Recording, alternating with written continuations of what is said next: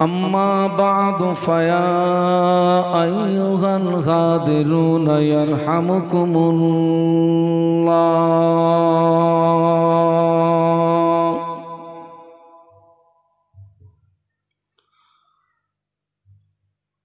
وقال الله تعالى في كلامه المجيد والفرقان الحميد: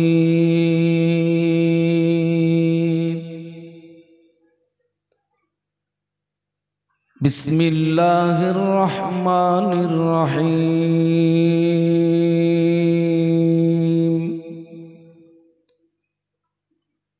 إن الله وملائكته يصلون على النبي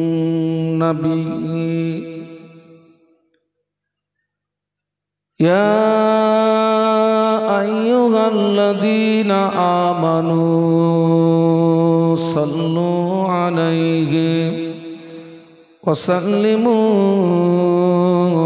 تسليما. اللهم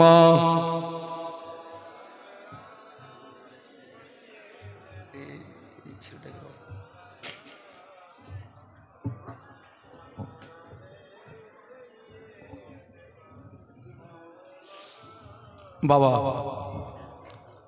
বিশ্ব নবীর শানে দরুদ শরীফ পড়লে লাভ আমাদের না নবীর? আমার সঙ্গে একটু কথা বলতে হবে। তামাম পৃথিবীর মানুষ যদি নবীর প্রতি দরুদ না পড়েন, আল্লাহ পাক বিশ্ব নবীকে যে উচ্চ মর্যাদার অধিকারী করেছেন, ওই মর্যাদার সামান্যতম কোনো ঘাটতি হবে না। কারণ স্বয়ং আল্লাহ পাক আমাদের নবীর উপরে দরুদের নজরানা প্রেরণ করেন। বলুন সুবহানাল্লাহ।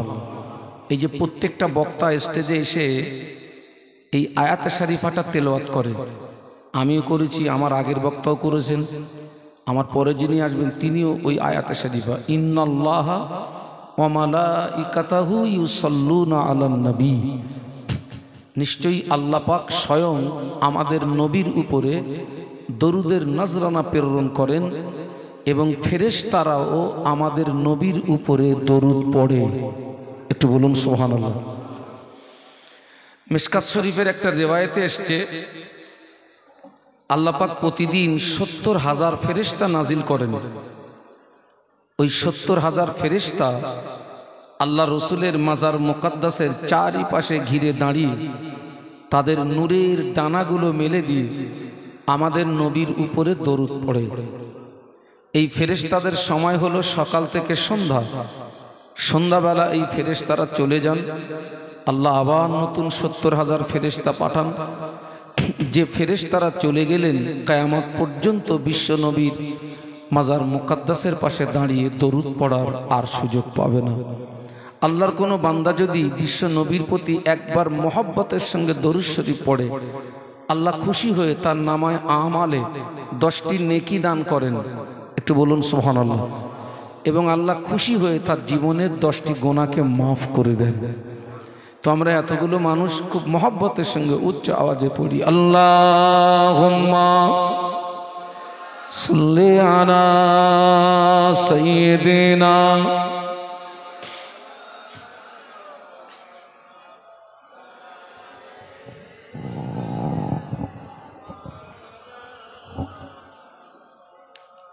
इन हवाओं से कह दो ना आए इधर, मुझको खुशबू की कोई जरूरत नहीं, जिनकी खुशबू से महका है सारा जहां, खुशबू मदीने में मौजूद है। अल्लाहुम्मा मोहब्बत से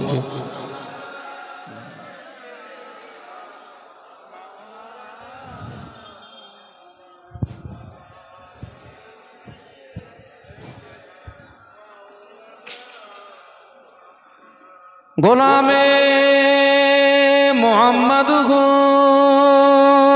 मैं, क्या डर है मुझको, गुलामे में उनकी गुजारा करूँगा। अजल से पड़ा हूँ मैं कदमों में उनकी,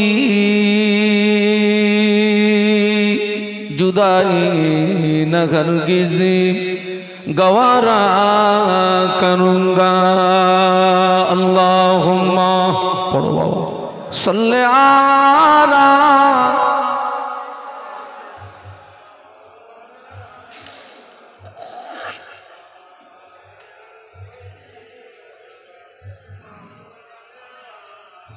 खूब सुंदर लागছে একটু কলেমার জিকির লা ইলাহা ইল্লাল্লাহ।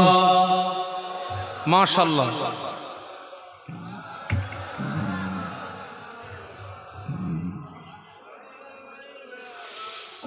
হোর গেল মান সারা আরো পড়েন ফেরেশতারা, পড়িতে আছেন তারা কালমায়ে লা ইলাহা ইল্লাল্লাহ, লা ইলাহা ইল্লাল্লাহ মুহাম্মাদুর রাসূলুল্লাহ। আল্লাহুম্মা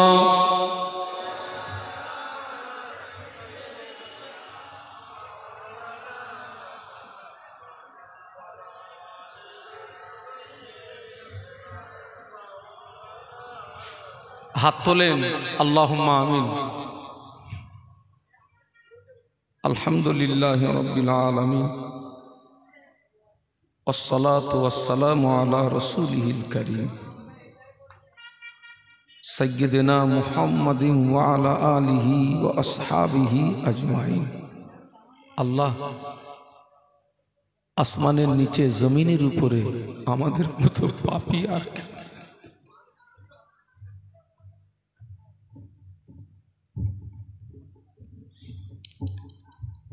রাতের আধারে দিনের আলোকে প্রকাশ্য গোপনে অনেক গুনাহ করেছি।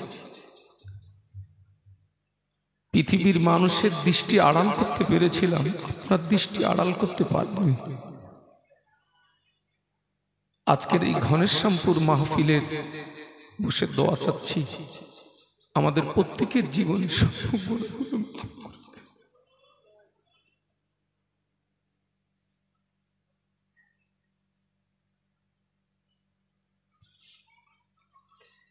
আমাদের প্রত্যেককে এই মুহূর্তে বেগুনাহ মাস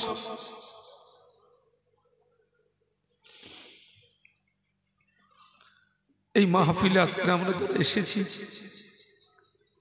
আমাদের আব্বা মা আত্মীয় স্বজন আহাল বর্গ আপনজন মহব্বতের মানুষ উম্মাতে মুসলিমা জীবিত মৃত প্রত্যেকের জীবনের সমূহ গুনাহগুলোকে মাফ করে দে আল্লাহ। আমাদের ভিতর থেকে অনেকে কবরবাসী হয়েছে, কারো কবরে যদি কোনো কারণবশত আযাব হয়, এই মাহফিলের বরকতে আযাবে কবরকে মাফ করে দে আল্লাহ। প্রত্যেকের কবরগুলো নূরে গুলজার করে দে। আজকের মাহফিলকে কবুল করুন আল্লাহ।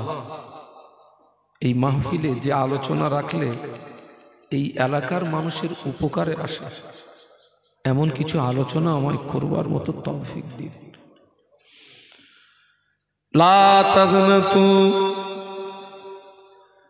মির রাহমাতিল্লাহ,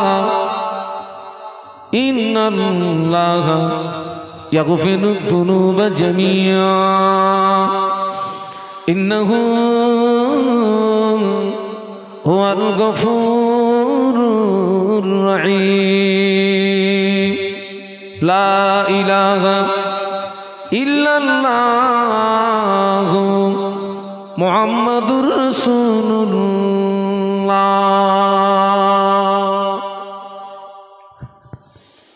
একটা ঘোষণা, রাস্তাতে কিছু টাকা পাওয়া গিয়েছে, কারোর হারিয়ে গেছে, হয়তো নিশ্চিত না নালে হবে না।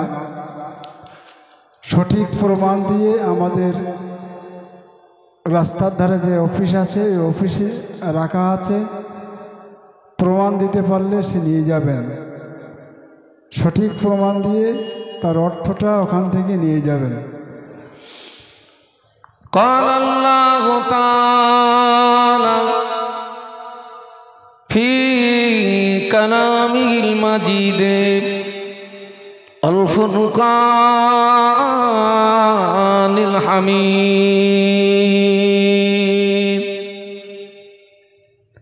بسم الله الرحمن الرحيم يا أيها الذين آمنوا اتقوا الله حق تقاته ولا تموتن إلا وأنتم مسلمون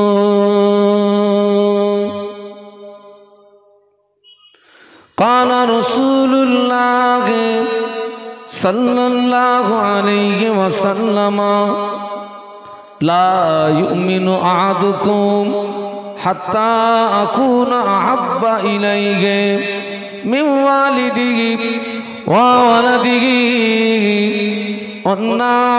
والناس أجمعين أو كما قال عليه الصلاة والسلام। সম্মানীয় আজকের মাহফিলের নির্বাচিত সুযোগ্য সভাপতি সাহেব, সম্মানীয় ওলামা হযরত, সম্মুখে উপবিষ্ট বিভিন্ন গ্রাম থেকে আগত ভদ্র মহোদয়গণ, পর্দার আড়ালে অবস্থিতা আম্মা এবং বোনেরা, আল্লাহ পাকের দরবারে অসংখ্য শুকরিয়া, যিনি দয়া করে দীর্ঘ একটি বৎসর পরে ঘনেশ্যামপুর জওয়ান যুবকদের অক্লান্ত প্রচেষ্টায়, গ্রামবাসীদের সার্বিক সহযোগিতায় বাৎসরিক ইসালে সওয়াব মাহফিলে তিনি দয়া করে আমাদের উপস্থিত হওয়ার তৌফিক দান করেছেন। আমরা কৃতজ্ঞতা প্রকাশে মহব্বতের সঙ্গে বলি আলহামদুলিল্লাহ।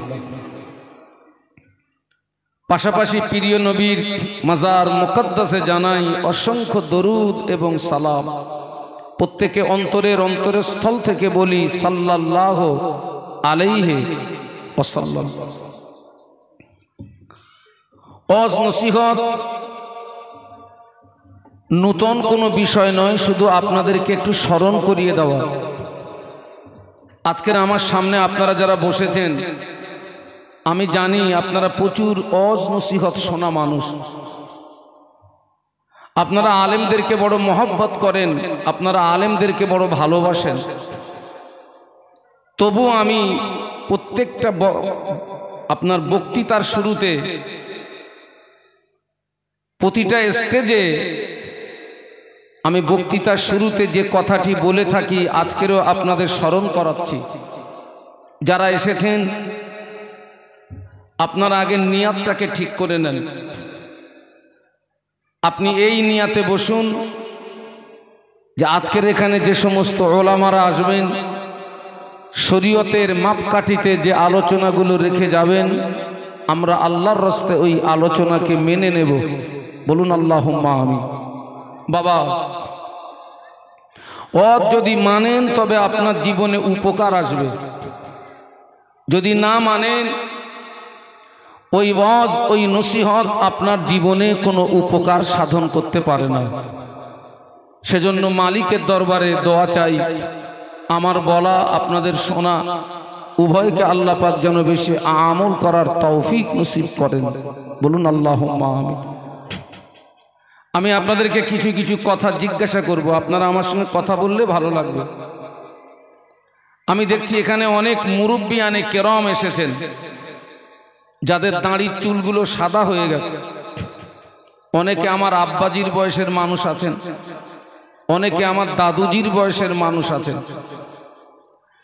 আমরা যদি এখান থেকে 30-35 বছর যদি পিছিয়ে যাই, এখান থেকে 30-35 বছর আগে এত ওয়াজ মাহফিল হতো না বাবা। এখান থেকে 30-35 বছর আগে এত বক্তাও পাওয়া যেত না। আল্লাহ পাকের শান সেই তুলনায় এখন মাহফিলের সংখ্যা বেড়ে গেছে, বক্তার সংখ্যাও বেড়ে গেছে। তবে দুঃখ এবং আফসোস, 30-35 বছর আগে গুটি কতক আলেমের দ্বারাতে সমাজের মানুষ যত হেদায়েত পেয়েছিল, সমাজের মানুষ যত উপকৃত হয়েছিল, আজকের আমরা দশজন বক্তা বক্তৃতা রেখেও সমাজের মানুষ সেই পরিবর্তন দেখা দিচ্ছে না। কথাটি বাস্তব না অবাস্তব? এর কারণ কি? আমার দৃষ্টিতে যে কারণটি ধরা পড়েছে সেটি হলো, মহান আল্লাহ কোরআন শরীফের ভিতরে বললেন, ইয়া আইয়ুহাল্লাযীনা আমানুত্তাকুল্লাহ। আল্লাহ বললেন, হে বিশ্বের ঈমানদার সম্প্রদায়, আমাকে ভয় করো। একটু সবাই জবান খুলে বলুন তো, ভয় করতে হবে কাকে? আর একটু আওয়াজ দিয়ে বলুন, একমাত্র, শুধুমাত্র, কেবলমাত্র আল্লাহ বললেন, আমাকে অতটা ভয় করো যতটা ভয় করলে জাহান্নাম থেকে নাজাত পাও, যতটা ভয় করলে জাহান্নাম থেকে মুক্তি পাও, আমাকে ততটা ভয় করো। পরেই বললেন, ওয়ালা তামুতুন্না ইল্লা ওয়া আনতুম মুসলিমুন। বান্দা মনে রেখে দিও, যতক্ষণ পর্যন্ত পূর্ণাঙ্গ মুসলমান না হবে ততক্ষণ যেন মরো না। এই আয়াতে শরীফার ভিতরে মহান আল্লাহ বিশ্বের ঈমানদার সম্প্রদায় দিগকে লক্ষ্য করে মূলত দুটি কথা বলেছেন। এক নাম্বার, আমাকে ভয় করো, আর 2 নাম্বার, যতক্ষণ পূর্ণাঙ্গ মুসলমান না হবে ততক্ষণ যেন মরো না। দুঃখ আফসোস, আমরা একজন মানুষ অপর মানুষকে যত ভয় করি, একটা সাধারণ মানুষ মসজিদের ইমামকে যত ভয় করে, একটা সাধারণ মানুষ লিডার ক্যাডারকে দেখে যত ভয় করে, একটা সাধারণ মানুষ আলেমকে দেখে যত ভয় করে, এই ভয় যদি বান্দা হিসাবে তার রবকে করত, আমাদের জীবন বদলিয়ে যেত, আমাদের জীবন পরিবর্তন হয়ে যেত। আমরা তখন আকৃতিতে মানুষ থাকতাম না, আমরা তখন প্রকৃতপক্ষে মানুষের মতো মানুষ হয়ে যেতাম। আপনি জেনে রাখবেন, মসজিদের ইমামকে ভয় করে আপনার জীবনে কোনো উপকার আসবে না, আলেমকে ভয় করে আপনার জীবনে কোনো উপকার নাই, পীর সাহেবকে ভয় করে আপনার জীবনে কোনো উপকার নাই, লিডার ক্যাডার মোড়ল মাতব্বরকে দেখে ভয় করে আপনার জীবনে কোনো উপকার আসবে না।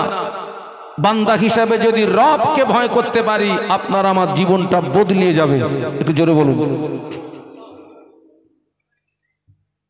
এই আল্লাহর ভয় এমনই একটি,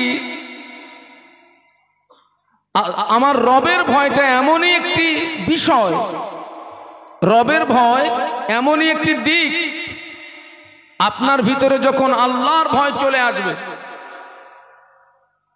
টোটাল ভয়গুলো তখন আপনার ভিতরে জমা হয়ে যাবে। মৌমাছিদের ভিতরে একটা মাছি থাকে, যে মাছিটা হচ্ছে টোটাল মাছির লিডার, ওর নাম কি? রানী মাছি।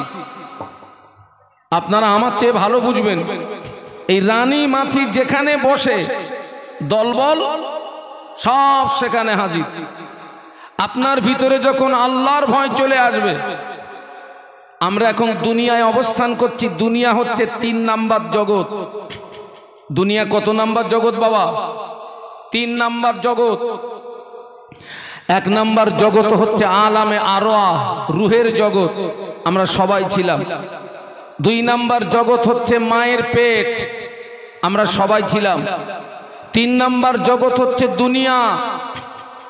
দুনিয়া কিন্তু শেষ জগৎ নয়, মাটির নিচে রয়েছে অসংখ্য জগৎ।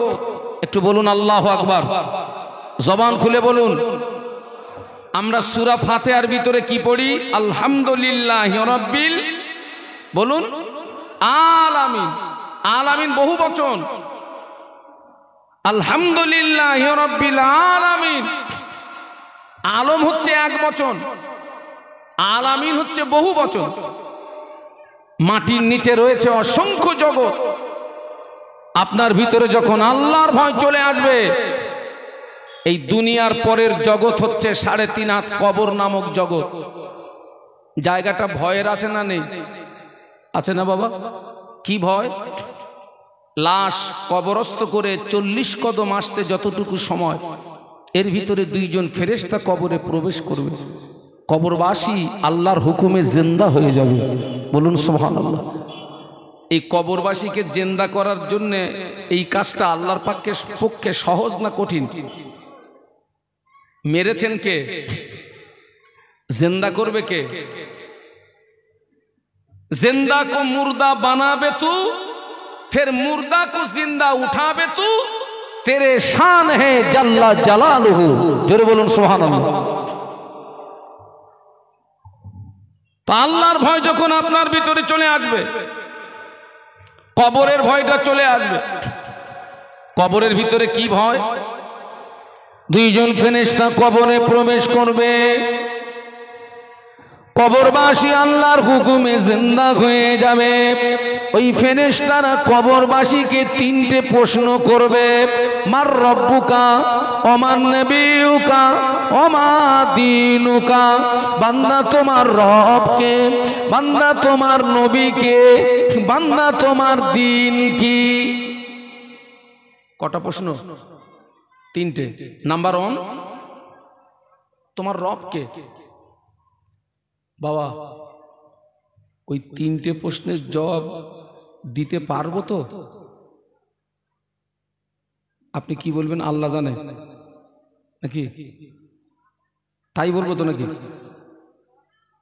সাহস আছে যে হুজুর গ্যারান্টি দিয়ে বলছি 3টে প্রশ্নের উত্তর মেরে দেবো ইনশাল্লাহ? হ্যাঁ, জায়গাটা ভয়ের আছে, খুব ভয়। ওই 3টে প্রশ্নের জবাব যে ব্যক্তি আটকে যাবে, 3টে প্রশ্নের জবাব যে ব্যক্তি দিতে পারবে না, আল্লাহ পাক ঘোষণা করবেন, ও আমার মালাইকারা, আমার বান্দা মিথ্যা বলেছে, আমার বান্দার গায়ে জাহান্নামের পোশাক পরিয়ে দাও, আমার বান্দার কবরে জাহান্নামের বিছানা বিছিয়ে দাও, আমার বান্দার কবরের সঙ্গে আমার জাহান্নামের একটা রাস্তা বানিয়ে দাও।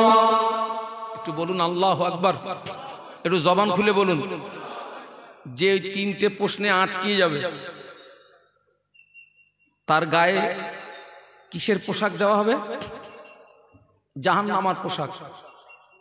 বিছানাটা জাহান্নামের বিছানা, আর কবরের সঙ্গে জাহান্নামের একটা, আপনার ওই পাইপের চুলো দেখেছেন না? পাইপের চুলো জাল দেয়, নিচে আগুন বেরোয় কোথা দিয়ে? ওই ঠিক ওই রকম একটা পাইপ লাইন হবে জাহান্নামের সঙ্গে কবরে। আহা, আল্লাহ নাফরমান বান্দা যারা ওকে জিজ্ঞাসা করবে মার রব্বুকা, ও বলবে হাই হাত লা আদরি, হায় আফসোস मैं कुछ नहीं जानते।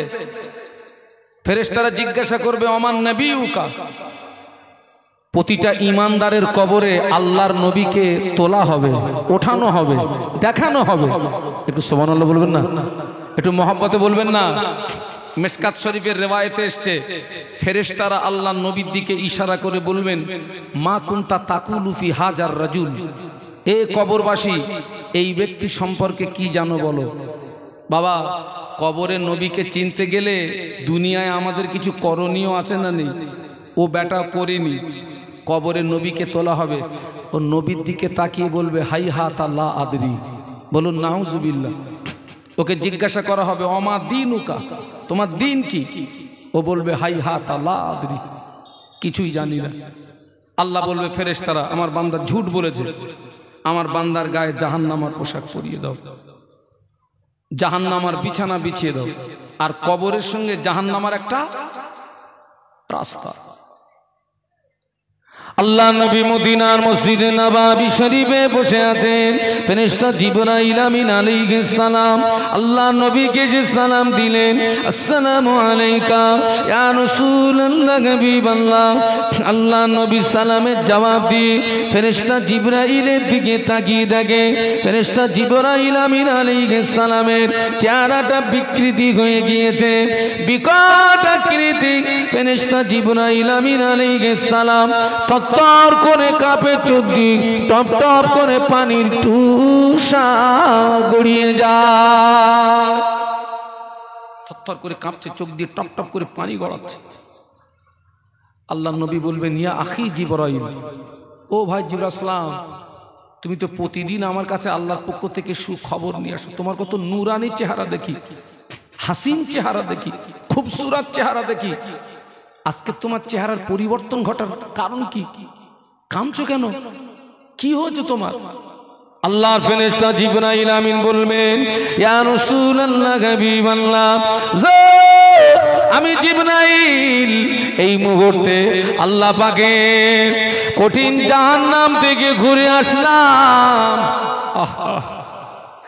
ইয়া রাসূলুল্লাহ ইয়া হাবিবাল্লাহ, আমি জিবরাইল এই মুহূর্তে আল্লাহ পাকের কঠিন জাহান্নাম থেকে ঘুরে আসলাম। আল্লাহর জাহান্নাম এত শক্ত জায়গা, আল্লাহর জাহান্নাম এত কঠিন জায়গা, ওই জাহান্নামকে পরিদর্শন করার সঙ্গে সঙ্গে আমার চেহারাটা পরিবর্তন হয়ে গিয়ে চোখের পানি গড়িয়ে যায়। আমি এক্ষুনি জাহান্নাম থেকে আসছি। আল্লাহ নবী বলেন ও ভাই আসসালাম, জাহান্নামের ভিতরে কি কি পরিদর্শন করলে আমাকে একটু বলো না ভাই। ইয়া রাসূলুল্লাহ ইয়া হাবিবাল্লাহ, আল্লাহ পাক সর্বপ্রথম জাহান্নামের আগুনকে 1000 বছর জ্বালালেন। 1000 বছর জ্বালানোর পরে জাহান্নামের আগুনের রং হলো লাল। আল্লাহ আবার 1000 বছর জ্বালান, 1000 বছর জ্বালানোর পরে জাহান্নামের আগুনের রং হলো সাদা। আল্লাহ আবার 1000 বছর জ্বালান, 1000 বছর জ্বালানোর পরে জাহান্নামের আগুনের রং হলো কালো। ইয়া রাসূলুল্লাহ ইয়া হাবিবাল্লাহ, যারা জাহান্নামী হবে, জাহান্নামের আগুন এত কালো, যারা জাহান্নামী হবে আঙুলের মতো পাশাপাশি দাঁড়িয়ে থাকবে, কিন্তু না না একে অপরকে দেখতে পাবে না। একটু বলুন আল্লাহু আকবার, জবান খুলে বলুন। জাহান্নামের আগুন এত কালো হবে, যারা জাহান্নামী হবে আঙুলের মতো পাশাপাশি দাঁড়িয়ে থাকবে, কিন্তু এত কালো একে অপরকে দেখতে পাবে না। ফেরেশতা জিবরাইল আমিন আলাইহিস সালাম বলেছিলেন ইয়া রাসূলুল্লাহ হাবিবাল্লাহ, জাহান্নামীদের যে পোশাক হবে ওই পোশাকটাকে নিয়ে আসমান এবং জমিনের মাঝখানে যদি ঝুলিয়ে দেওয়া, ইয়া রাসূলুল্লাহ হাবিবাল্লাহ, জাহান্নামীদের যে পোশাক হবে ওই পোশাকটাকে নিয়ে আসমান এবং জমিনের মাঝখানে যদি ঝুলিয়ে দেওয়া, ওই জাহান্নামীদের পোশাকের তাপে তামাম পৃথিবীর মানুষ মারা যাবে। বলুন আল্লাহু আকবার, জবান খুলে বলেন। গায়ে কোন পোশাক দিচ্ছে? সেই জাহান্নামের পোশাক। আপনি বলবেন পোশাক পরলে তো মরে যাব, কাজ কমপ্লিট, আর তো কিছু বুঝতে পারবো না। ওখানে মরণ হবে? আর হ্যাঁ এই মরণ হবে? কি হবে? শুধু আযাব হবে। ও ফেরেশতা জিবরাইল আমিন আলাইহিস সালাম বলেছিলেন, ইয়া রাসূলুল্লাহ হাবিবাল্লাহ, ওই জাহান্নামকে যদি একটা সূচ দিয়ে ছিদ্র করে দেওয়া হয়, ওই সূচের ছিদ্র দিয়ে সরিষা দানা পরিমাণে জাহান্নামের আগুন পৃথিবীর জমিনে যদি নেমে আসে, এই পৃথিবীটা পুড়ে সারখার হয়ে যাবে। ইয়া রাসূলুল্লাহ, জাহান্নামীদের গায়ের চামড়াগুলো 42 হাত পুরু হবে। কত হাত? একটু জোরে বলা যাবে না? এই চামড়া এত পুরু হবে কেন? ও মুরব্বীরা, এই জাহান্নামীদের গায়ের চামড়া এত পুরু হবে কেন? কে বলতে পারেন?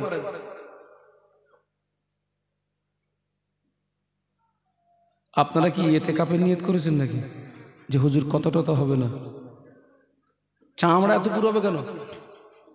এর কারণ হচ্ছে, চামড়া পুরু হবে তার কারণ হলো জ্বালা যন্ত্রণা অনুভূতি হয় কিসে? চামড়ায় না গোশতয়? মশা যখন টিটিনাস মারে জ্বালা করে কোথায়? এক কথায় জ্বালা যন্ত্রণা অনুভূতি হয় চামড়ায়। আল্লাহ এই জন্য জাহান্নামীদের চামড়াটা অতটা পুরু করে দেবে যাতে করে ওরা জাহান্নামের আযাবের মজাটা যেন ভালো করে।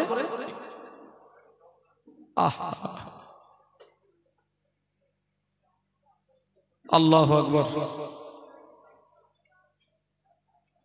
ফেরেশতা জিবরাইল আমিন আলাইহিস সালাম আল্লাহ নবীকে জাহান্নামের বর্ণনা শোনাচ্ছিলেন। আল্লাহ নবী শুনছিলেন আর চোখ দিয়ে দরদর করে পানি গড়িয়ে যাচ্ছিল আল্লাহ নবীর চোখ দিয়ে।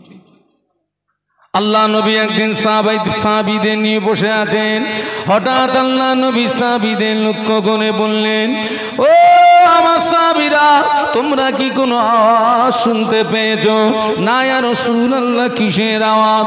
আল্লাহ নবী বললেন, ও আমার সাহাবীরা, আল্লাহ পাক জাহান্নামের উপর থেকে একটা পাথর ফেলে দিয়েছেন। ওই পাথরটা এই মুহূর্তে জাহান্নামের নিচে গিয়ে পৌঁছালো। আমি রাসূলুল্লাহ ওই পাথরের আওয়াজ শুনতে পেয়েছি। আল্লাহ নবী বললেন, ও আমার সাহাবীরা, জাহান্নামের উপর থেকে যদি একটা বড় পাথর ফেলে দেওয়া হয়, ওই পাথরটা জাহান্নামের নিচে পৌঁছাতে 70 বছর টাইম লাগবে। একটু বলুন আল্লাহু আকবার। জাহান্নামের উপর থেকে যদি পাথর ফেলে দেওয়া হয়, পাথরটা জাহান্নামের নিচে পৌঁছাতে 70 বছর টাইম নেবে। কোন কথা বলতে এই পর্যন্ত এসেছি, মেন লাইন যেন হারাবেন না। আমি কিন্তু এখন একটা কট লাইনে ছিলাম। ওই যে কবরের ভিতরে ফেরেশতারা প্রশ্ন করছে কটা? 3টে। ফেল না পাস, ফেল না পাস, ফেল। শুধু ফেল না, লেটার সহ ফেল, লেটার সহ ফেল। কোন কথা বলতে এই পর্যন্ত? আল্লাহর ভয় যখন আপনার ভিতরে এসে যাবে, ওই 3.5 হাত কবর নামক জায়গার ভয়টাও আপনার ভিতরে, ওই রানী মাছি যেখানে যায় দলবল, আল্লাহর ভয় যখন আসবে, টোটাল ভয়গুলো আপনার ভিতরে জমা হয়ে যাবে। কিন্তু যারা ইমানদার হবে, আল্লাহওয়ালা হবে, জাকিরিন হবে, আর ওদের লাশ তখন কবরে রাখা হবে, ফেরেশতারা জিজ্ঞাসা করবে, মার রব্বুকা? হাসি মুখে খুশি মুখে উত্তর দেবে, রব্বি আল্লাহ। সুবহানাল্লাহ বলবেন না? জিজ্ঞাসা করবে, আমার দিনুকা, তোমার দিন কি? জবাব দেবে, দিনুল আল ইসলাম, আমার ধর্ম হচ্ছে ইসলাম। বলুন সুবহানাল্লাহ। কবরে নবীকে তোলা হবে, ফেরেশতারা ইশারা করে বলবে, মা কুনতা তাকুলু ফি হাজার রাজুল। ওই কবরবাসী আল্লাহ নবীর নূরের বদনে দিকেছে, আল্লাহ নবীকে চিনতে পেরে গিয়ে মুচকে মুচকে হাসতে থাকবে আর বলবে, হাদা নবিয়ুনা মুহাম্মাদুর রাসূলুল্লাহ। ইনি অন্য কেউ নন, ইনি হলেন আমাদের নবী, তিন দুনিয়ার বাদশাহ। জোরে বলতে পারলেন না? মোহাব্বতে বলতে পারলেন না? তাকবীর, নারায়ে তাকবীর। জোরে বলুন নারায়ে তাকবীর। আল্লাহ পাক ওই সময় বলবেন, ও আমার মালায়েকা, মালাইকারা আমার বান্দা সত্য বলেছে, আমার বান্দা হক বলেছে, আমার বান্দা সত্য বলেছে, আমার বান্দা হক বলেছে। ও আমার মালাইকারা আমার বান্দার গায়ে জান্নাতি পোশাক পরিয়ে দাও, আমার বান্দার কবরে জান্নাতের বিছানা বিছিয়ে দাও, আর আমার বান্দার কবরের সঙ্গে আমার রহমতের দয়ার জান্নাতের একটা রাস্তা বানিয়ে দাও। আল্লাহ যেন আমাদের এইরকম জবাব দেওয়ার তৌফিক দেন। বলুন আল্লাহুম্মা আমিন, বলুন আল্লাহুম্মা আমিন, বলুন আল্লাহুম্মা আমিন। তবে শুধু আল্লাহুম্মা আমিন বললে হবে না, বলো এর পক্ষে কি করতে হবে? তাও জানো না কি জায়গায় এসে মরেছি। এর পক্ষে কি করতে হবে? আমল করতে হবে না? শুধু আল্লাহুম্মা আমিনে কাজ হয়ে যাবে? গ্রামে পীর সাহেব এসছে, পীর সাহেব, হ্যাঁ গা ও মুরব্বীরা সাক্ষী দেবেন, আগে গ্রামে পীর সাহেব আসলে মানুষের ভিড় হতো না? হতো না? হতো না? তো গ্রামে পীর সাহেব এসছে, সব লাইন দিয়ে হুজুরের কাছ থেকে দোয়া নিতে যাচ্ছে, মোসাফা করছে। কেউ বলছে হুজুর মাথায় ফু দেন, কেউ বলতেছে ঘাড়ে ফু দেন, কেউ বলতেছে বুকি ফু দেন। তো হুজুর তো ফু দিয়ে যাচ্ছে। একটা ছেলে, ওর মনের খুব আশা, জীবনে কোনোদিন আল্লাহর অলির হাতে হাত দিতে পারেনি। তোর মনের খুব আশা আজকের পীর সাহেব এসছে, একটু হাতে হাত দিয়ে মুসাফা করব। কিন্তু ওই ভিড় দেখে ওর সাহস হচ্ছে না। এত ভিড়ে যাব কি করে? আবার চিন্তা করতেছে এত ভিড় ঠেলে যদি না যাই, এত লোকের দোয়া করার পরে হুজুরের তো দোয়া থাকবে না, সব তো ফুরিয়ে যাবে। এত লোকের দোয়া করে দোয়া তো থাকবে। এখন ও মোটামুটি এটাই সিদ্ধান্ত করে নিয়েছে, দোয়া থাকা যাক, এ ভিড়ে আমি শেষে যাব, কপালে যা আছে তাই হবে।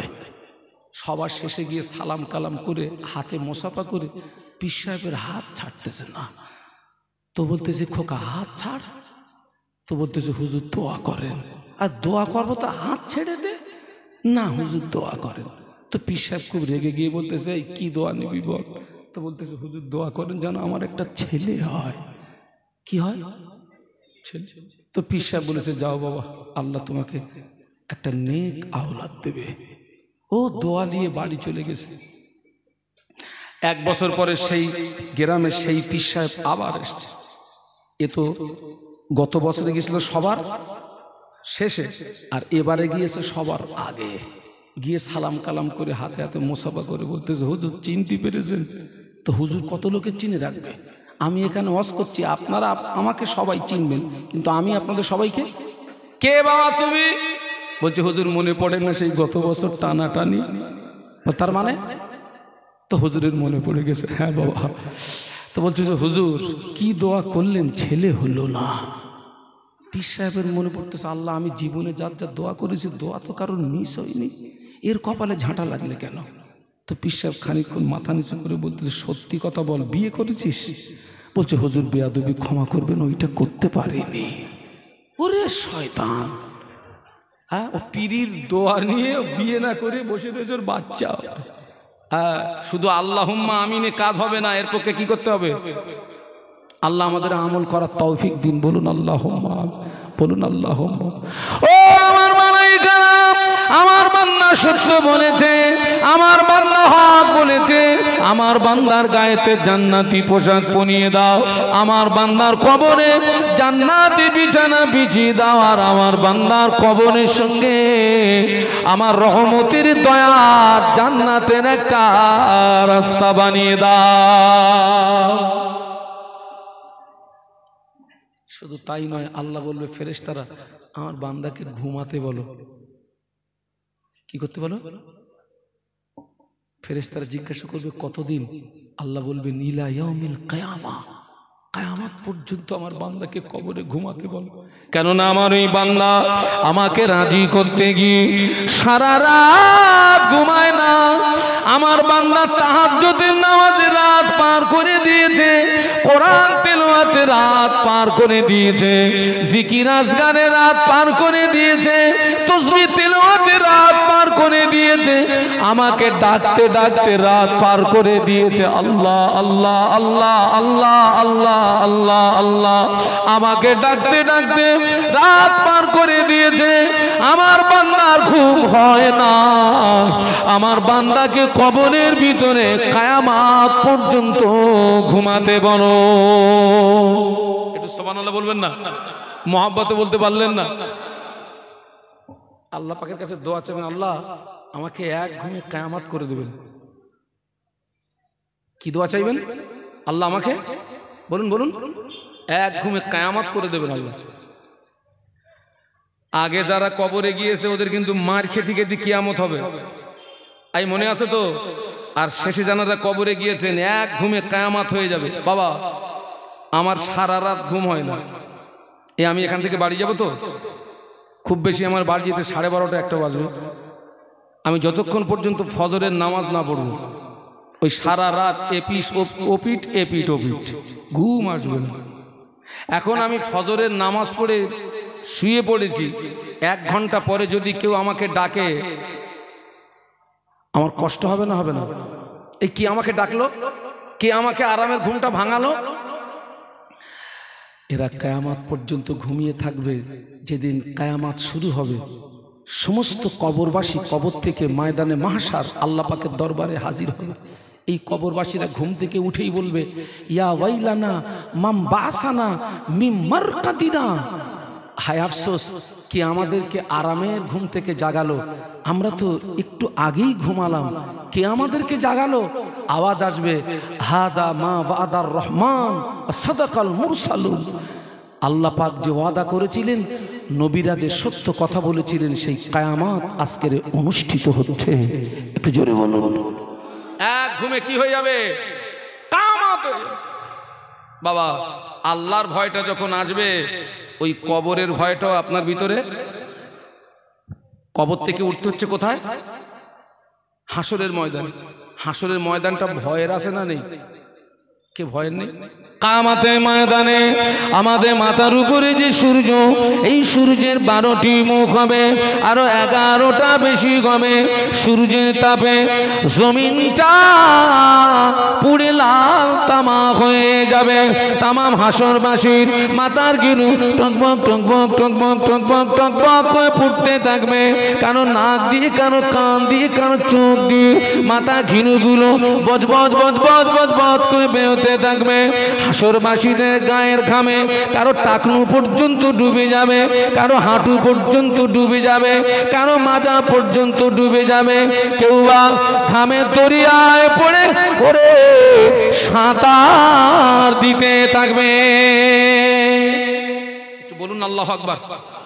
ঘামের দরিয়ায় পড়ে হাবুডুবু কাবু। কিন্তু বিচার শুরু হবে না। কি শুরু হবে না? বুখারী শরীফ লম্বা হাদিস, বিচার শুরু হবে না। জমিনটা পুড়ে লাল তামা হয়ে যাবে। হাসরবাসীরা কিয়ামতের ময়দানে হাসরবাসীদের জিভটা বেরিয়ে নাভি স্থল পর্যন্ত চলে আসবে। হাসরবাসীদের জিভটা বেরিয়ে নাভি স্থল পর্যন্ত চলে আসবে। তামাম হাসর জুড়ে একটি আওয়াজ শুনতে পাওয়া যাবে, পানি পানি পানি পানি পানি পানি পানি পানি। বলো না আল্লাহু আকবার। জবান খুলে বলতে পারলে না? তামাম হাসর জুড়ে একটি আওয়াজ, পানি পানি পানি পানি। সেদিন কোনো পানি থাকবে না। আল্লাহ পাকের হাওয়াজে কাউসারের পানি ছাড়া বিভীষিকাময় অবস্থা, সব ছোটাছুটি করতে থাকবে, কিন্তু বিচার শুরু হবে না। হাসরবাসীরা বলবে, আমরা একটা কাজ করি, চলো না আমাদের আদি পিতার কাছে যাই। কে গো? কে? আদম ইসলামের কাছে যাই, ওনাকে গিয়ে বলি উনি একটু আমাদের জন্য সুপারিশ করুন, অন্তত আমাদের বিচারটা শুরু হোক। হয় জান্নাত নইলে জাহান্নাম, যে কোনো একটা জায়গা আমাদের জন্য বরাদ্দ হোক। হাসরবাসীদের মনে এরকম একটা চিন্তা আসবে, মনে হয় হাসরের ময়দানের আযাবের চেয়ে জাহান্নামার আযাবটা মনে হয় একটু হালকা, আমাদের বিচার হয়ে যায়। হাসরবাসীতে ছুটবে, আব্বাজানের কাছে যাবে, সালাম দিয়ে বলুন, আপনি আমাদের আদি পিতা, একটু সুপারিশ করুন, আমাদের বিচার শুরু হোক। আব্বাজান বলবেন, লাস্তু হুনাক, এই কাজের উপযুক্ত ব্যক্তি আমি নই, আমি নিজেই চিন্তিত, কারণ আমি আল্লাহ পাকের একটি হুকুম অমান্য করেছিলাম। যদিও আল্লাহ পাক আমাদের আব্বাজানের লাকজাসকে মাফ করে পুনরায় তাকে তার মনোনীত বান্দা হিসাবে কবুল করে নিয়েছিলেন, জোরে বলুন। কিন্তু ভয়টা থাকবে 16 আনা, ভয়টা থাকবে, আমি পারবো না বাবা। তবে তো আমি তোমাদেরকে একটা সৎ পরামর্শ দিচ্ছি, তোমরা নবী নূহের কাছে চলে যাও। নূহ নবী হচ্ছেন পৃথিবীতে সর্বপ্রথম শরিয়াতধারী নবী, ওনার জমানা থেকে শরিয়ত চালু হয়। নূহের কাছে যাও, হাসরবাসীটা ছুটবে ছুটবে, ছুটে ছুটে হযরত নবী নূহ আলাইহিস সালামের সালাম দিয়ে, আপনি আমাদের জন্য একটু সুপারিশ করুন, আমাদের বিচার হয়ে যায়, আমরা পাচ্ছি না। নূহ নবী বলবেন, আমি এই কাজের যোগ্য ব্যক্তি নই, এবং আল্লাহ আজকের এত রাগা রেগে আছেন, ইতিপূর্বে কোনোদিন এত রাগা রাগেননি, ভবিষ্যতে কোনোদিন এত রাগা রেগে আছেন আজকের আল্লাহ, আমি পারবো না। তোমাদেরকে একটা সৎ পরামর্শ দিচ্ছি, উনি আরেকজন নবীর কাছে ট্রান্সফার করবেন। এইরকম একজন নবী আরেকজন নবীর কাছে ট্রান্সফার করবেন, দায়িত্ব কেউ নেবেন না। সর্বশেষ যাবেন ঈসা আলাইহিস সালামের কাছে। ঈসা সালাম বলবেন, আমি তো পারবই না, কারণ পৃথিবীতে লক্ষ কোটি ইহুদি নাসারারা আমাকে আল্লাহর পুত্র বলেছিল, আমি জানি না আজকের আল্লাহ আমার সঙ্গে কি আচরণটা করে, আমি পারবো না বাবা। তবে একটা সৎ পরামর্শ দিচ্ছি, ও হাসরবাসীরা, আজকে দিনে কোন নবী সুপারিশ করতে পারবেন না, কারো সুপারিশ আল্লাহ পাকের দরবারে কবুল হবে না, একজন ব্যতীত, তিনি হলেন আকায়ে নামদার মুফাক্কিরে মওজুদা সাইয়্যিদুল মুরসালিন রাহমাতাল লিল আলামিনের সুপারিশ ছাড়া অন্য কোন নবীর সুপারিশ আল্লাহ পাকের দরবারে কবুল হবে না। ও আমার ভাইরা, হাসরবাসীরা ছুটে ছুটে গিয়ে আমাদের নবীকে গিয়ে সালাম দেবেন, আসসালামু আলাইকা ইয়া রাসূলুল্লাহ, হাবিবাল্লাহ, হুজুর আপনি আমাদের জন্য একটু সুপারিশ করুন, হাসরের ময়দানের আযাব সহ্য করতে পারি না। ওই সময় আমাদের নবী ছুটে ছুটে গিয়ে আল্লাহ পাকের আরশে পাকের নিচে মাকামে মাহমুদ বলে একটি জায়গা আছে, ওই মাকামে মাহমুদ নামক জায়গাতে বিসমিল্লাহ আল্লাহু আকবার বলে সিজদায় পড়ে গিয়ে আল্লাহ পাকের তারিফ করতে থাকবেন, আল্লাহ পাকের প্রশংসা করতে থাকবেন, আল্লাহ নবী কাঁদতে থাকবেন, রোনাজারি করতে থাকবেন। আল্লাহ পাক বলেন, ও আমার হাবিবে পিয়ারা, আপনি কাঁদবেন না, আপনার চোখের পানি আমি আল্লাহ পাক সহ্য করতে পারি না। ও আমার হাবিবে পিয়ারা, আপনি সিজদা থেকে মাথা তুলুন, আজকে দিনে আমি আল্লাহ পাক আপনার দোয়া কবুল করে নিলাম। জোরে বলতে পারলেন না? জোরে বলতে পারলেন না? তাকবীর দেন, নারায়ে তাকবীর, জোরে বলুন নারায়ে তাকবীর। বিচার শুরু হবে বাবা, ও ছেলেরা, বিচার শুরু হয়ে যাবে। এরপরে অন্য নবীরা সুপারিশ করবেন, আল্লাহর ওলিরা সুপারিশ করবেন, আলেমরা সুপারিশ করবেন, হাফেজে কোরআনরা সুপারিশ করবেন। আল্লাহু আকবার। হাসরের ময়দানে আসমান থেকে একটি আল্লাহর পক্ষ থেকে একটি আওয়াজ হবে, আমতাজুল ইয়াউমা আইয়ুহাল মুজরিমুন, আমতাজুল ইয়াউমা আইয়ুহাল মুজরিমুন। সূরা ইয়াসিন। ও আমার গুনাহগার বান্দা বান্দীরা, তোরা আমার নেককার বান্দা বান্দীদের থেকে আলাদা হয়ে যা। কে বলবেন? কে বলবেন? আল্লাহ বলবেন, আমতাজুল ইয়াউমা আইয়ুহাল মুজরিমুন, এই গুনাহগার বান্দারা আমার নেককার বান্দাদের থেকে আলাদা হয়ে যায়, জুদাই হয়ে যায়, সঙ্গে সঙ্গে দুটো দল হয়ে যাবে। একটা হচ্ছে নেককারের দল, আর একটা হচ্ছে জোরে জোরে গুনাহগারের দল। জায়গাটা ভয়ের আছে না নেই? কোন দলে ঠাঁই হবে আমাদের? কোন দলে? ওই আল্লাহর ভয়টা যখন আপনার ভিতরে এসে যাবে, হাসরের ময়দানের ওই ভয়টাও আপনার ভিতরে। আরো একটা ভয় দেখুন, কামাতে ময়দানে আল্লাহ পাক কামাতে ময়দানে ইনসাফের পাল্লা খাড়া করবেন। আল্লাহ পাক ইনসাফের পাল্লা খাড়া করবেন। যার নেকির পাল্লাটা ভারী হয়ে যাবে, ঠিকানাটা জান্নাত হয়ে যাবে। যার গুনার পাল্লাটা ভারী হয়ে যাবে, ঠিকানাটা জাহান্নাম হয়ে যাবে। ওই জায়গাতে আমাদের নেকির পাল্লাটা ভারী হবে না গুনার পাল্লাটা ভারী হবে, এটা কি সঠিকভাবে বলা যাবে নাকি? যাবে বাবা? কোন পাল্লা ভারী হবে, নেকির না গুনার? তাহলে জায়গাটা ভয়। আল্লাহর ভয় যখন আসবে, মিজানের ভয়টা তখন কামাতে ময়দানে আল্লাহ পাক আমল নামাটা উড়িয়ে দেবেন। কারো আমল নামা সামনের দিক দিয়ে ডান হাতে যাবে, কারো আমল নামা পিছনের দিক দিয়ে বাম হাতে পাবে। যার আমল নামা পিছনের দিক দিয়ে বাম হাতে পাবে, ওর আখিরাতটা অন্ধকার হয়ে যাবে। যার আমল নামাটা সামনের দিক দিয়ে ডান হাতে পাবে, ওর আখিরাতটা আলোকিত হয়ে যাবে। একটু জোরে বলুন, একটু মহাব্বতে বলুন। কোন হাতে আমল নামা পাবি বাবা কনফার্ম ভাবে বলা যাবে? জায়গাটা ভয়ের আছে না নেই? আল্লাহর ভয় যখন আসবে, ওই ভয়টা আপনার ভিতরে আসবে। রানী মাছি যেখানে যায় দলবল।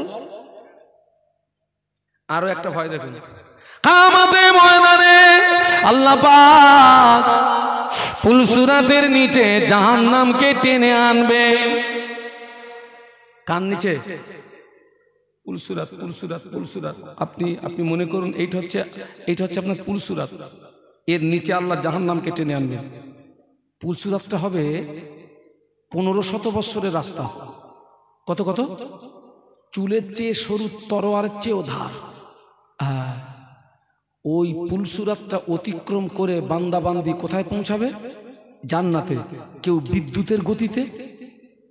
যার আমল যত বেশি হবে, যার আমল খাঁটি আমল হবে, সে তত দ্রুত পুলসিরাতটা পেরিয়ে সোজা আল্লাহ পাকের রহমতের দয়ার জান্নাতে পৌঁছে যাবে। জোরে বলুন। যার আমল খারাপ, ওখান থেকে টুকরা টুকরা হয়ে কোথায় চলে যাবে? জায়গাটা ভয়ের আছে না নেই?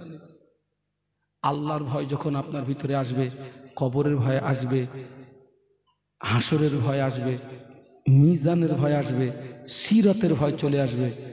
আপনি তখন প্রকৃতপক্ষে একজন মানুষের মতো মানুষ হয়ে যাবেন। আর আল্লাহকে ভয় করবেন।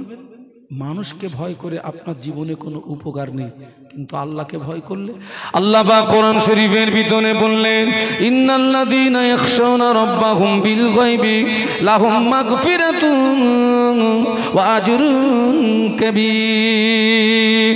আল্লাহ বললেন, আমার যে সমস্ত বান্দা বান্দি আমাকে না দেখে ভয় করবে, আমি আল্লাহ পাক ওই বান্দা বান্দিদের উপরে খুশি হয়ে, ওই বান্দা বান্দিদের উপরে রাজি হয়ে আমি আল্লাহ পাক আমার ওই সমস্ত বান্দা বান্দিদের জীবনের সমস্ত গুনাহগুলোকে আমি আল্লাহ পাক মাফ করে দিই।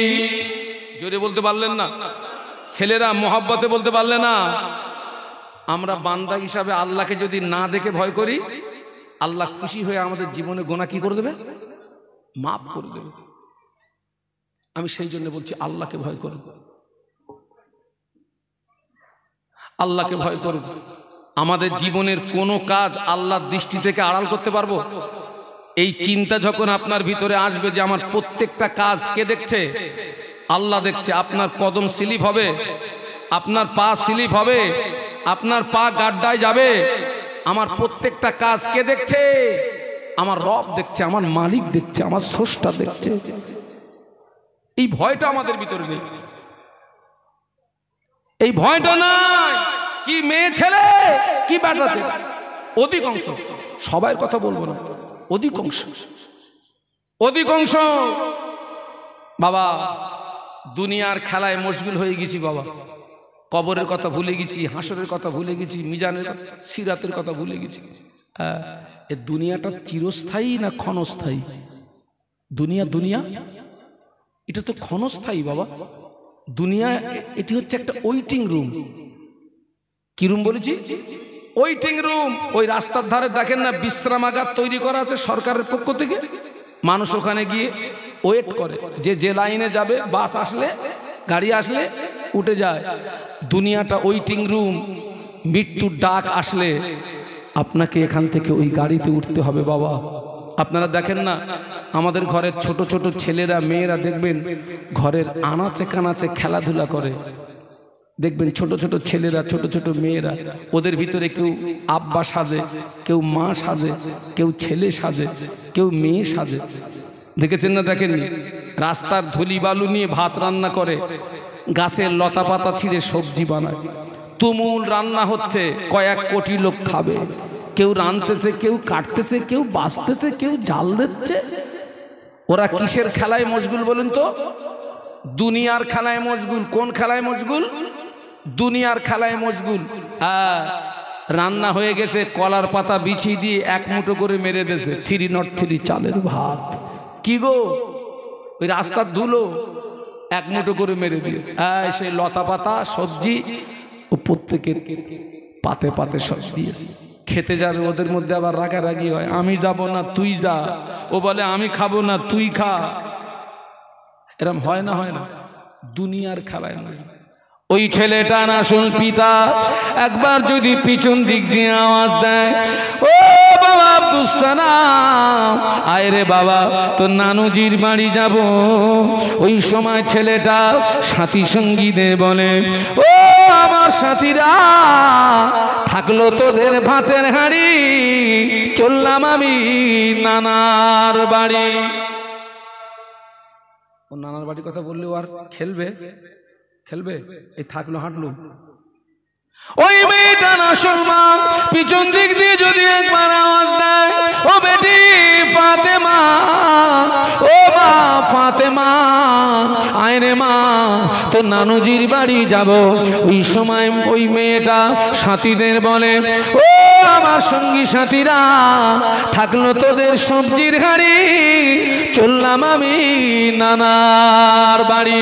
ও যুবকেরা, দুনিয়ার খানায় মশগুল হয়ে গিয়েছো বাবা। যেদিন আজরাইলের ডাক আসবে, থাকলো তোদের ভাতের হাঁড়ি, চললাম আমি আসল বাড়ি। আসল বাড়ি কোনটা? কোনটা? থাকলো তোর ভাতের হাঁড়ি।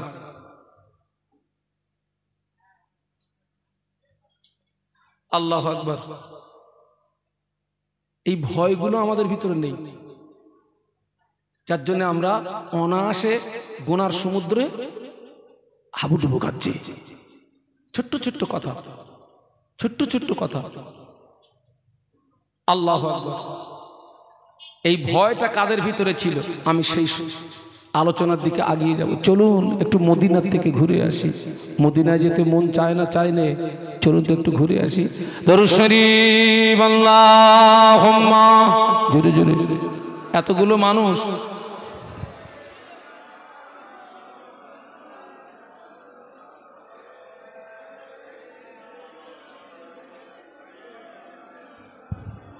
আপনাদের কষ্ট হচ্ছে না তো? এতগুলো মানুষ একটু জোরে জোরে পড়েন। আল্লাহুম্মা সাল্লি আলা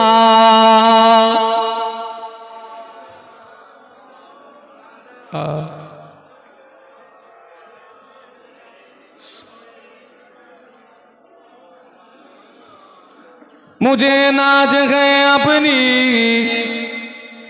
खुशकिस्मती पर, मेरे हाथ में गए दामने मुस्तफा की,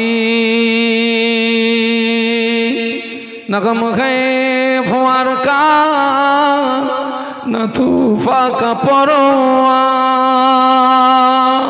मैं डूबूंगा फिर भी किनारा करूंगा अल्लाहुम्मा पढ़ो बाबा ছেলেরা জোরে জোরে পড়ো সল্লে আলা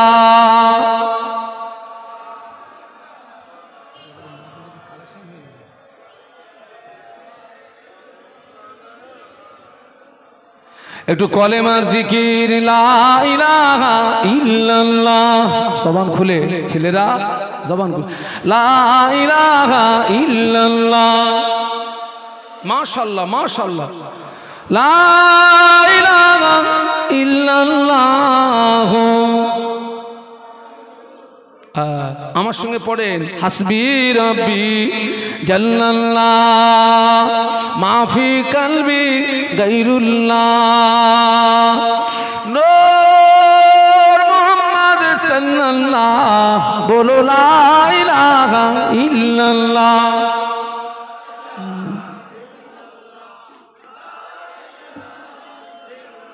মুহাম্মাদুর রাসূলুল্লাহ আল্লাহুম্মা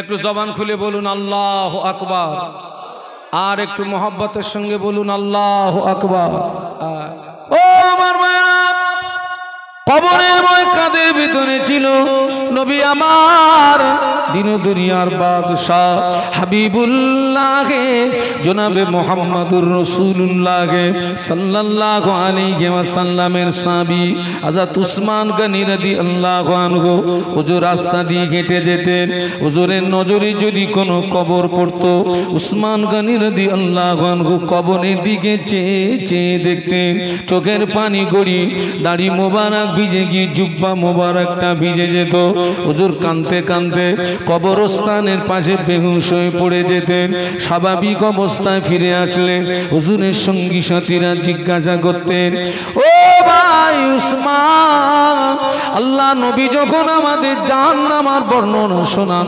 আযাবের বর্ণনা শোনান আপনি তখন এত রোনাজারি করেন না আপনি তখন এত কাঁদেন না কবরের পাশে দাঁড়িয়ে এত কাঁদেন কেন উসমান গনি রাদিয়াল্লাহু আনহু বলেছিলেন ও নবী মাগে সাহাবীরা ও আমার সঙ্গী সাথীরা আমি উসমান আল্লাহর নবীর পাক জবানে শুনেছি আল্লাহর নবী বলেছেন কবর হলো আখিরাতে প্রথম ঘাঁটি আল্লাহর নবী বলেছেন কবরে যে ব্যক্তি ধরা পড়বে হাসরে মিজানে পুলসুরাতে ধরা পড়ে যাবে কবরে যে ব্যক্তি ছাড় পাবে হাসরে মিজানে পুলসুরাতে ছাড় পেয়ে যাবে আমি উসমান আমি যখন কবরের পাশে দাঁড়াই আল্লাহ নবীর কথাটি স্মরণে পড়ে যায় আর চোখের পানি আটকে রাখতে পারি না ওই সময় আমার চোখের পানি গড়িয়ে আমার দাড়ি ভিজে গিয়ে আমার জুব্বাটা ভিজে যায়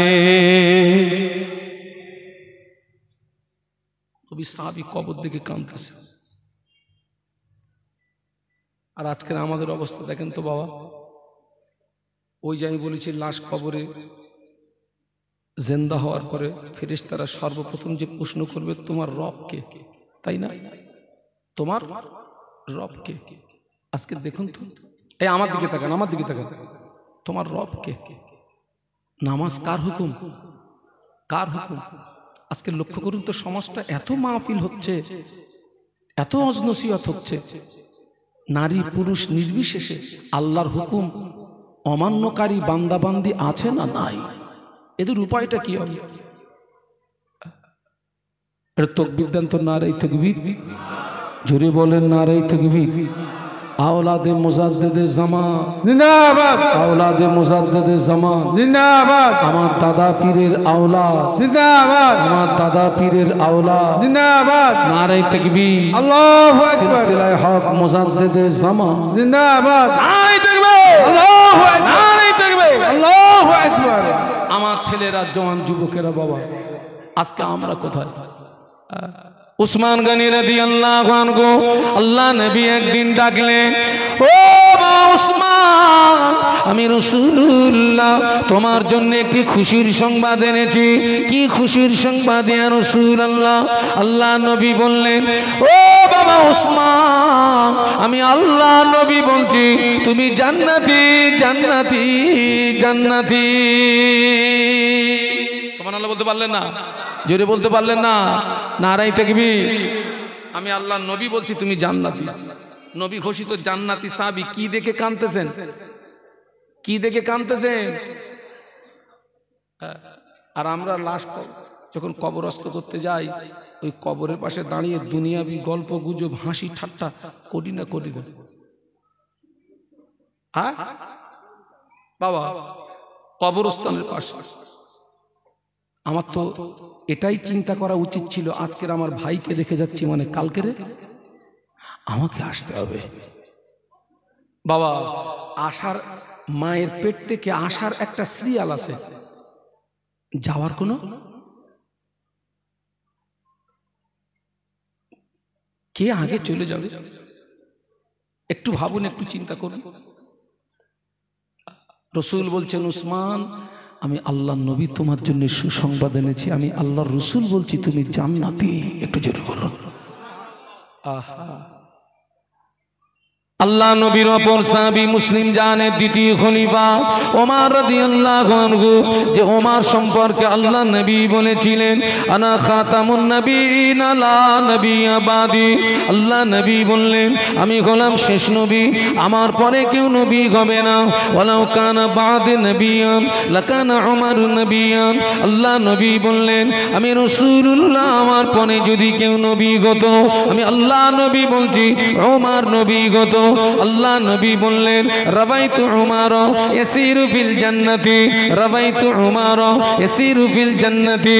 আল্লাহ নবী বললেন আমি রাসূলুল্লাহ, আমি নিজে চোখে দেখেছি আমার সাহাবী ওমর আল্লাহ পাকের দয়ার জান্নাতের ভিতরে ঘুরছে।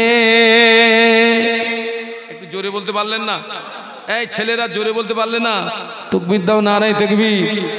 আল্লাহ রসুল বলছেন আমি শেষ নবী, আমার পরে কেউ নবী হবে না বাবা, তবে যদি কেউ হতো, কে হতো? ওমর হতো। আল্লাহ রসুল পরেই বলছেন আমি নিজে চোখে দেখেছি ওমর কোথায় ঘুরছে? জান্নাতের ভিতরে। আল্লাহ নবী তার 10 জন জীবিত সাহাবীকে জান্নাতি সার্টিফিকেট দিয়েছে, যাদের আশারায়ে মুবাশশারা বলা হয়। কি বলা? আশারায়ে মুবাশশারা। এই 10 জনের ভিতরে মুসলিম জাহানের দ্বিতীয় খলিফা ছিলেন না ছিলেন না? ওমর রাদিয়াল্লাহু আনহু এত কান্না কাঁদতেন, হুজুরের চোখের পানি গড়িয়ে গড়িয়ে চোখের দুই কিনারাতে ঘা হয়ে গেল। হুজুর এত কান্না কাঁদতেন, চোখের পানি গড়িয়ে গড়িয়ে চোখের দুই কিনারাতে ঘা হয়ে গেল। কাঁদতে কাঁদতে এত দুর্বল হয়ে যেতেন, এত জয়ীফ হয়ে যেতেন, কবরস্থানের পাশে বেহুশ হয়ে পড়ে যেতেন। স্বাভাবিক অবস্থায় ফিরে আসলে আল্লাহ পাকের দরবারে হাত তুলে কাঁদতেন, ও রব্বুল আলামিন আল্লাহ পাক, আমি ওমরকে মানুষ না বানিয়ে ইনসান না বানিয়ে আমাকে যদি বন জঙ্গলের ঘাস করে পাঠাতে, বনের পশুরা আমাকে খেয়ে ফেলতো, বনের পশুরা আমাকে ভক্ষণ করে ফেলতো, মরণের পরে ওমরকে হিসাব দিতে হতো না। এই ছেলেরা এই কথাটা বাড়ি গিয়ে ভাববি, বালিশে মাথা দিয়ে ভাববি। মেয়েরা মায়েরা একটু ভাববেন, নবী ঘোষিত জান্নাতি সাহাবী, আল্লাহ মানুষ না বানিয়ে যদি ঘাস বানাতো, জীব জানোয়াররা খেয়ে ফেলতো, অন্তত মরণের পরে আর হিসাবটা দিতে হতো নি। আমাদের হিসাব দেওয়া লাগবে না? লাগবে না? হ্যাঁ, মুসলিম জানের দ্বিতীয় খলিফা ওমর রাদিয়াল্লাহু আনহু খলিফার গদিতে থাকাকালীন সারা রাত ঘুমাতেন না। মদিনার অলিতে গলিতে অলিতে গলিতে হেঁটে হেঁটে রাত কাটিয়ে দিতেন। সুবহানাল্লাহ বলবেন না? বাড়ি গিয়ে বলবেন নাকি? জোরে বলতে পারলেন না সুবহানাল্লাহ? সারা রাত ঘুরে ঘুরে কি দেখতেন? কি দেখতেন? কার কত মারা যায়, হ্যাঁ, কার খাওয়া হচ্ছে, কার হচ্ছে না, কার সুবিধা অসুবিধা, কে কে অবস্থায় আছে। হ্যাঁ, আর আমাদের নেতারা ঘুরে ঘুরে কি দেখে? এ শগুনির দল, শগুন কি দেখে গো? তবে সব নেতা খারাপ না, ভালো আছে, তবে সংখ্যা ভয় লাগতেছে নাকি? চিঁচি করতেছেন কেন সব? আমি একটা হাই সুগারের রোগী। হ্যাঁ, আমাদের নেতারা অধিকাংশ শগুন, শগুনের চোখ কোন দিকে থাকে? ভাগাড় ভাগাড় ভাগাড়। হ্যাঁ, 5 বছরের ভিতরে এখনো 2 বছর হয়নি পেট। মেয়েরা যখন 9 মাস পেটে বাচ্চা হয়, পেট কি হয়? উঁচু হয়। আল্লাহ 5 বছরের ভিতরে সবে মাত্র 2 বছর হয়েছে, এর ভিতরে দেখছি ওর পেটে 10 মাস বাচ্চা। আমাদের মেয়েরা ওদের দিকে লজ্জা হয়। আল্লাহ, আমাদের পেটে বাচ্চা এত উঁচু হয় না, ওর এত উঁচু। তোর কি 2টো বাচ্চা না 3টে বাচ্চা? সারা রাত মদিনার অলিতে গলিতে হেঁটে হেঁটে রাত কাটিয়ে দিতেন। কোনো একদিন মদিনার রাস্তা দিয়ে কেটে যাচ্ছে, কিছুটা দূর থেকে 2টো বাচ্চার কান্নার আওয়াজ শুনতে পাওয়া যায়। ওমর রাদিয়াল্লাহু আনহু কান্নার আওয়াজ শুনতে পেয়ে মনের ভিতরে কৌতূহল বেড়ে গেল। কেন 2টো বাচ্চা কাঁদে?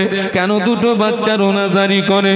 আমি ওমর মদিনার খলিফা, আমি মদিনার জনগণের রাখাল, দায়িত্বটা আমার আছে খোঁজ খবর নেওয়া।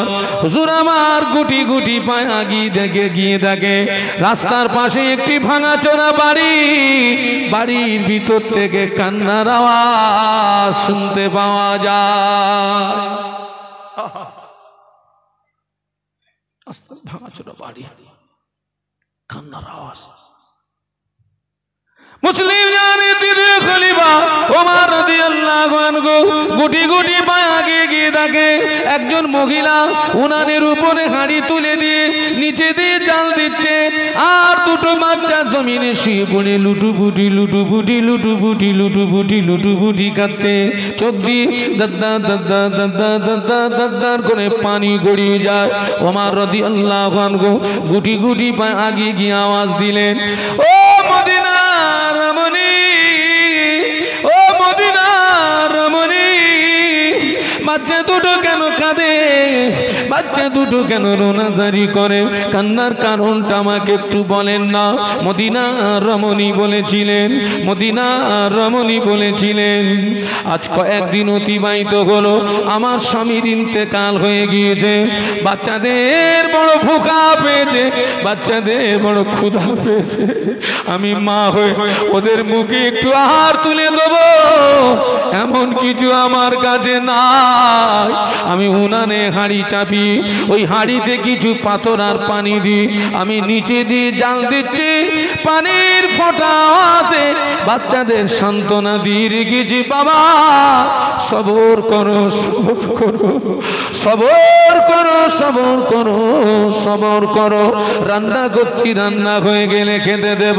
আমিরুল মুমিনিন বললেন, ও মদিনার রমণী, আপনাদের এই করুণ পরিস্থিতি খবরটা কেন আমাকে দেন না? এই দৃশ্যটা যদি আমি না দেখতে পেতাম, আমি ওমর ধরা পড়ে যেতাম। হুজুর বললেন, ও মদিনার রমণী, সবর করুন, সবর করুন। হযরত ওমর রাদিয়াল্লাহু আনহু রাতারাতি রাজ দরবারে চলে গিয়ে এক বস্তাটা নিজের পিঠে করে তুলে নিয়ে রাতারাতি গরিব দুঃখীদের বাড়ি পৌঁছে দিয়েছিলেন।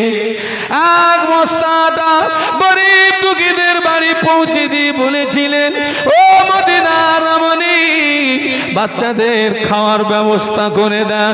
আটা যদি ফুরিয়ে যায়, আমার রাজ দরবারে আবার সংবাদ দেবে, আমি ওমর আবার যথারীতি আটার বস্তা পিঠে করে আপনার বাড়ি পৌঁছে দিয়ে যাব।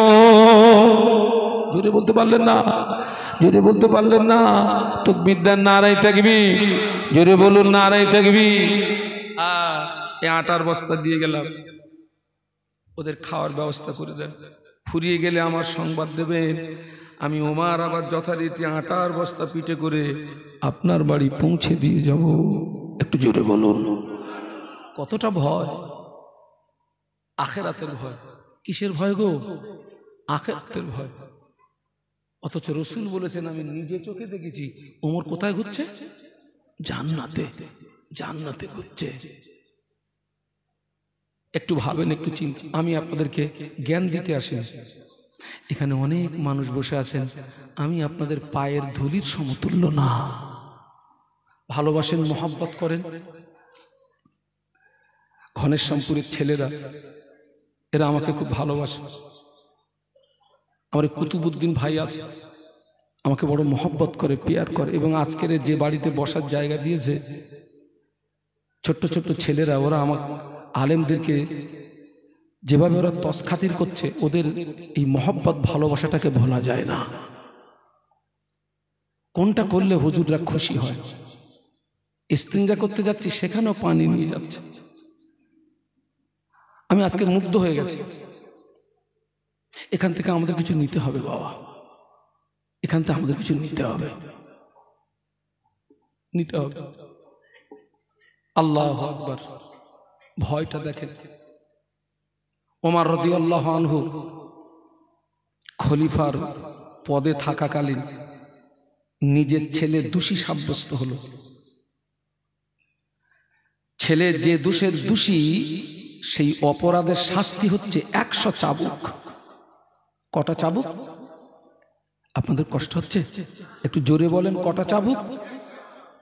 হযরত ওমর রাজ দরবারের জাল্লাদকে ডেকে বললেন, জাল্লাদ, আমার ছেলেকে চাবুক চালাও, মারো, চাবুক মারো আমার ছেলেকে। 100 চাবুক। জাল্লাদ মারে ঠিকই, খলিফার ছেলে বলে, রাষ্ট্রপতির ছেলে বলে চাবুক মারে ঠিকই, কিন্তু আস্তে আস্তে চাবুক মারে। চাবুকটা মারছে ঠিকই, কিন্তু আস্তে আস্তে মারতেছে। কেন? কেন? খলিফার ছেলে, রাষ্ট্রপতির ছেলে। ওমর রাদিয়াল্লাহু আনহু বলেছিলেন, জাল্লাদ, তুমি যখন অপরকে চাবুক মারো, জোরে জোরে মারো। আমার ছেলে বলে, আস্তে আস্তে কেন চাবুক মারো? এটা ন্যায় বিচার হচ্ছে না, এটা ইনসাফের সঙ্গে বিচার হচ্ছে না, আল্লাহর সন্তুষ্টির উদ্দেশ্যে বিচার হচ্ছে না, আখিরাতের ভয়ে বিচার হচ্ছে না। তুমি নিয়ম অনুযায়ী চাবুক মারো। কিন্তু জাল্লাদ খলিফার ছেলে বলে আস্তে আস্তে চাবুক মারে। ওমর রাদিয়াল্লাহু আনহু ছুটে গিয়ে জাল্লাদের কাছ থেকে চাবুকটাকে ছিনিয়ে নিয়ে নিজের ছেলেকে আঘাত করতে লাগলেন। এত জোরে আঘাত করে ছেলে জমিনে শুয়ে পড়ে লুটুপুটি লুটুপুটি লুটুপুটি খায় আর বলে, আব্বা, এত জোরে মারবেন না, আঘাত সহ্য করতে পারছি না। আব্বা জান, এত জোরে মারবেন না, আঘাত সহ্য করতে পারছি না। ওমর রাদিয়াল্লাহু আনহু বলেছিলেন, বাবা, শরীয়তের রুলস অনুযায়ী চাবুক চলবে, আস্তেও হবে না, জোরেও হবে না, শরীয়তের নিয়ম অনুযায়ী চাবুক চলবে। সুবহানাল্লাহ বলতে পারলেন না? আস্তেও হবে না, জোরেও হবে না, শরীয়তের রুলস অনুযায়ী চাবুক চলবে। জাল্লাদ তো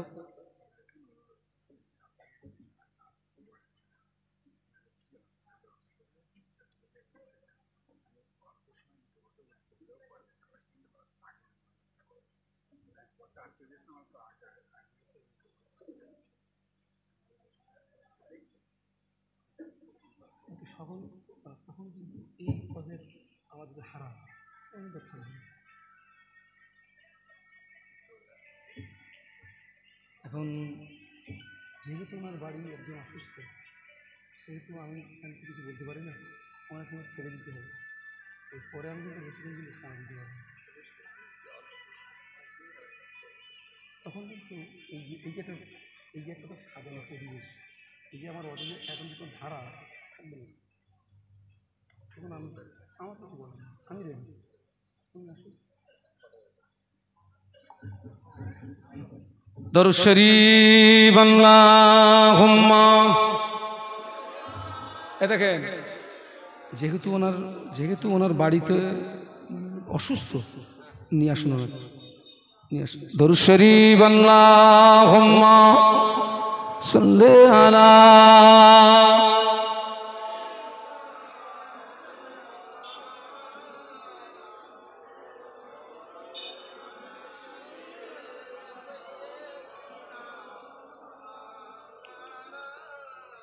गुलामे मोहम्मद हूँ मैं, क्या डर है मुझको गुलामे में उनकी गुजारा करूँगा। अजल से पड़ा हूँ मैं कदमों में उनकी, जुदाई न हरगिज़ गवारा करूँगा। अल्लाहुम्मा